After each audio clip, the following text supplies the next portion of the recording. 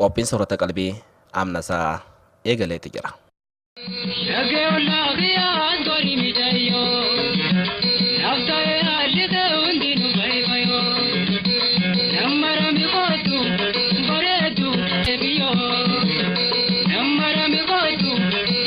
Har'a keessa jalaa fi gubbaa magaalaa Harar daawwate.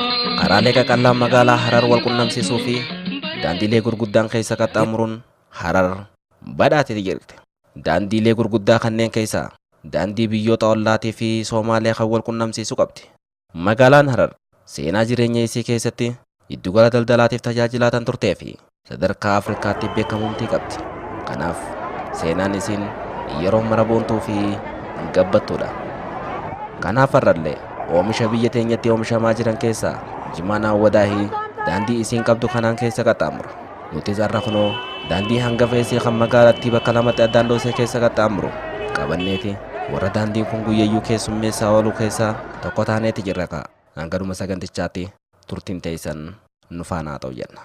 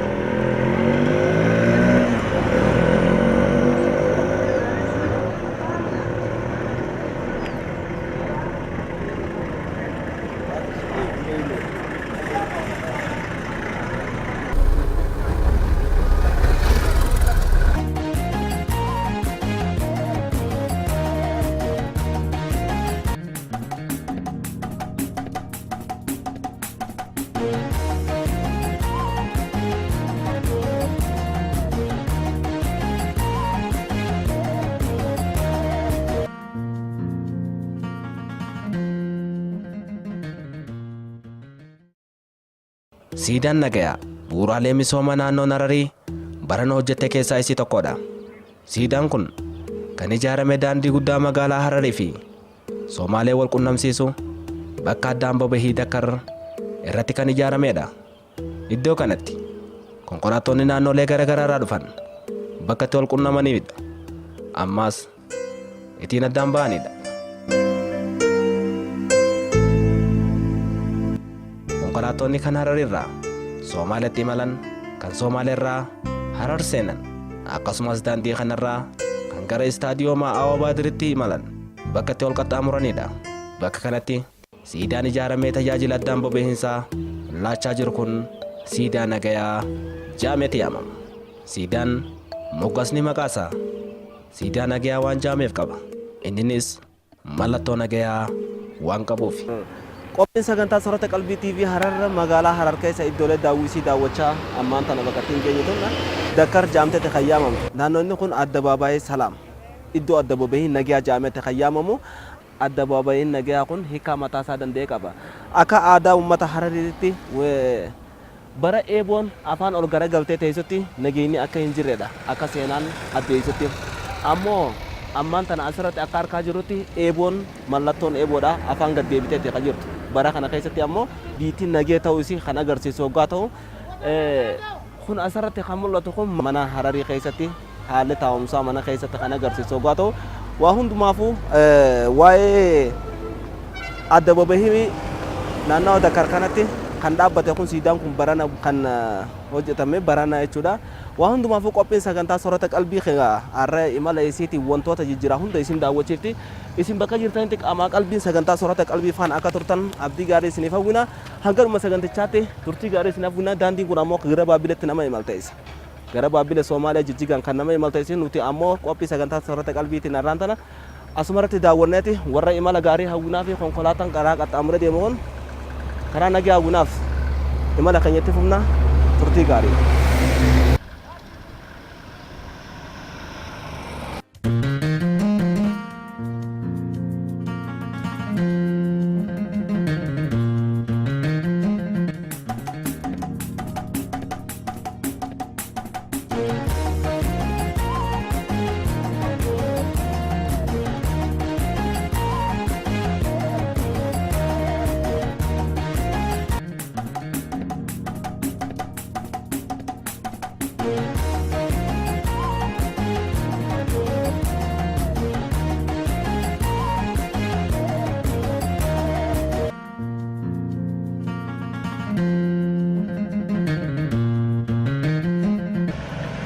Daawwii soorata qalbii har'aatiin naannawa magaalattii keessaa qe'ee naannawa boottee jaamee yaamamu geenyeetti jirra. Bootteen daandiin isii qaqallatee manneeniif cinatti hambiseeti asfaaltii gurraattiin qallatee keessa qaxxaamurudha. Olii kaasee hanga gadiitti mukkeen bahar gamoo haguugeeti magariisaa'ee gaaddisa isifumeeti jira. Haasa'u deemsa imala keenya irratti moggaasni maqaa boottee jedhu jecha afaan xaaliyaaniiti. Irree hedduun jecha boottee jedhu hiikaa biraatti beeku. Garuu dubbiin akkas ta'uu baattus gaafa durii bootteen wayita xaaliyaanonni as turanitti giddugala magaalaa bittaa gurgurtaatee turte. Giddugalli bittaa gurgurtaa afaan xaaliyaaniitiin ammoo buutikii jaameetti yaamama. Kanaaf moggaasni maqaa har'a boottee jaamee naannawa kana tajaajilaa jiru kun achirraa kan argame ta'uusaa ragaan ni addeessa. Har'a garuu naannoon tun iddoo keessummoonni biyyoota adda addaatirraa qaxxaamuranii dhufan itti boqochiiftee dadhabbiitti isaan irraanfachiiftu taate halkan ho'itee mirqaansiftee dukkana keessa biliqqisaa muuziqaas mandisiisaa keessaan ammoo maallaqa roobsisaa bulti. Bootteen guyyaa ammoo tun hundi tanaan faallaadha cal jetteeti riphisteeti oolti akka waan tan halkan isa yaaddu fakkaatti bootteen. Dadhabduutiif qabii obsinaa bararii hafuura baafattaa qubaddu wararii bareedduu wararees gaafa durra gorii waa'ee sii qorattu na kootuun bararii. Akkuma boottee qaxxaamurreen naannoon fuuldura keenyaan argamu kun Sillaasee jedhameeti yaamama. Sillaaseen ammoo maqaa naannoo inni kun ittiin beekamudha. Har'a waaree ganama baajaaj ho'aaduu keessa asfaaltii tanarra wal cinaa hiriirtee dorgommii fiigichaa waan gaggeessaa jirtu fakkaatti. Nama qalbisee akka soorata qalbiitti daawwateef. Asumatti ammoo warri bobbaa isaan irraa gara manaa imalaa jiran gaaddisa muka qilxuu kan naannawa kana uwwisee saaree lafarra bal'atee mul'atu kun iddoo tajaajila konkolaataa itti eeggatan ta'ee imaltoota daandii shankor qabatanii galaaf qophaa'aa jiran tajaajilaatu jira. Gaaddisa mukaa kanaas yaadaan eebbisaatu jiran.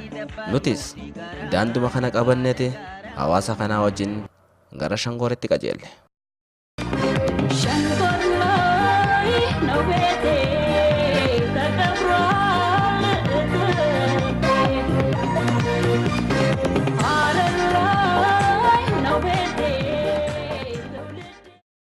Shankor laay noo beete jechaatan turtee wallistuun Hayimaanoot Girmaa hiikaan sirba isii kun manni kiyya Shankorii jechuu feeteeti. Haa ta'u garuu Hayimaanoot Girmaa dhalattuu naannawa Shankorii akka taate oduu gurraa qabna. Waa hundaafuu sirba isiitiin har'a galatoomi jechuu ni barbaanna. Amma naannoo Shankor jaamee yaamamu san geenyeeti jirra ka'a. Daandiin irra gadi imalaa jirru kun ammoo gandoota Shankor araddaa duwwaa 10 fi araddaa duwwaa 9 fi 10 addaan qoodee mul'ata. Moggaasni maqaa aanaa kanaa haala Shankor irraa akka ta'edha. Wanni dhagi waggoota dheeraan dura aanaan Shankor bosonaa fi bishaan qabdi ture. Har'a garuu akka barbaadame sanitti bishaan qabaachuu baattullee hangara gaaf ta'u bishaan bunaati qabdi. Leenni bunaa kun laga haala Shankoriin badhaadhee akka ta'etu dubbatama. Duuba nuteessa har'a daawwii teenya tan soorata qalbiitiin amna Shankor gandoota isii bitaan araddaa duwwaa 9 manneen isii ija bitaan daawwachaa moggaa ta'aniin ammoo gara mirgaatiin manneen araddaa kudhanii kan asfaaltii cinaa nama hawwatu daawwachaa amna teenya fuulduratti itti fufneeti jira. Turtii muraasaan booda kunoo fiinxa daandii Shankor iddoo maazooriyaa jaamee yaamamu san irra geenyeeti jira. Maazooriyaa jechuun jecha afaan Amaariffaatiin afaan Oromootti yoo jijjiire ammoo maazooriyaa jechuun bakka baajaaja itti shirjettee itti naannoo'itu jechuudha. Bakka kanatti taaksiin karra hammarree isaarraa dhuftu asitti waan nama buuftuu fi tan olii daandii kana qabattee dhuftus asitti shirjettee waan ifirra deebituu fi maazooriyaa jaaniin malee wanni shir nama godhu hin jirtu. Nuti ammoo bakka kana akkuma geenyeen gara karra hammarree isaatti qajeelle. Daandii kanaatu uummata jiraataa Shankor shawaa barkeessa waan ta'eef. Daawwattoota sagantaa Soorata Qalbii TV Harar qophiin sagantaa Soorata Qalbii TV Harar kunoo naannawa Shankor maazooriyaa yookaan naannootti naannawan san geesseeti kan jirtu. Duuba qophiin sagantaa Soorata Qalbii har'a magaalaa Harar ija Soorata Qalbiitiin isin daawwachiifti. Ammas bakka jirtanitti qaamaa qalbiin turtiin teessan nu faana haa ta'uun afeerraa sagantaa Soorata Qalbiiti.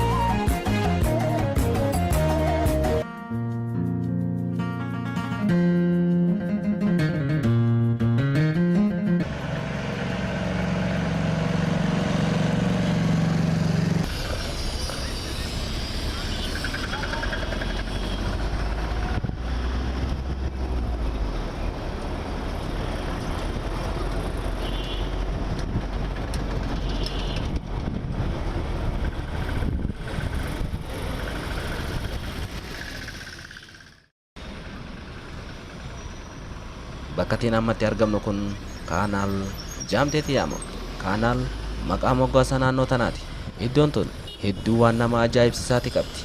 Magaalaa Harar keessa iddoon konkolaattonni imaltuu kallattii Finfinnee irraa dhufan, kan Soomaalee irraa dhufan, kan Shawabar yookaan karra hammarree isaarraa dhufan, kan kallattii biiraa irraa dhufan, kan gara Finfinneetti imalan, ammas kan gara biiraa irratti, kan gara kallattii biiraatti imalan.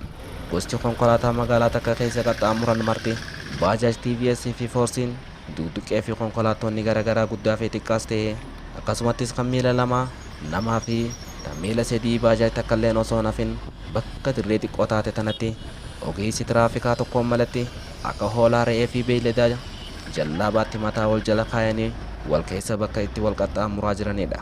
Gooyaan dabalamtee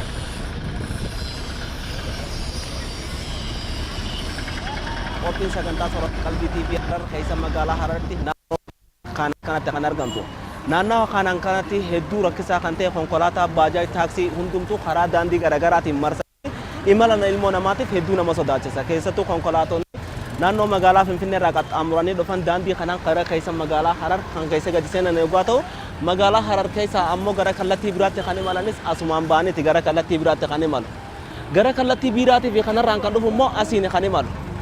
Ammas kallattii biraatti irraa gisee dhufe asiin kan imalanii fi asumaan ammoo shirjaanii kan kutaniitu jira. Akkuma beekamutti rakkoo garaagaraatti kan argamu. Qaamni dhimmi ilaallatu garuu bakka kana dhufee rakkoo jirtu hawaasa biraan ga'uun dirqama haa ta'u jenna. Dabalataan kana qofaa miti asiin shirjeetis ni naanna'a. Haanis asiin dhufeeti gara biraatti imala rakkoolee garaagaraatu jira.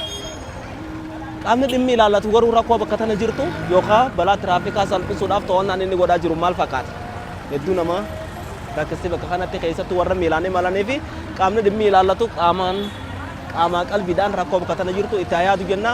Qophiin sagantaa kan Soorata Qalbii TV Harar har'aaf asumarratti raawwatti warra torbaanii nu haa taasisu. Nageetti.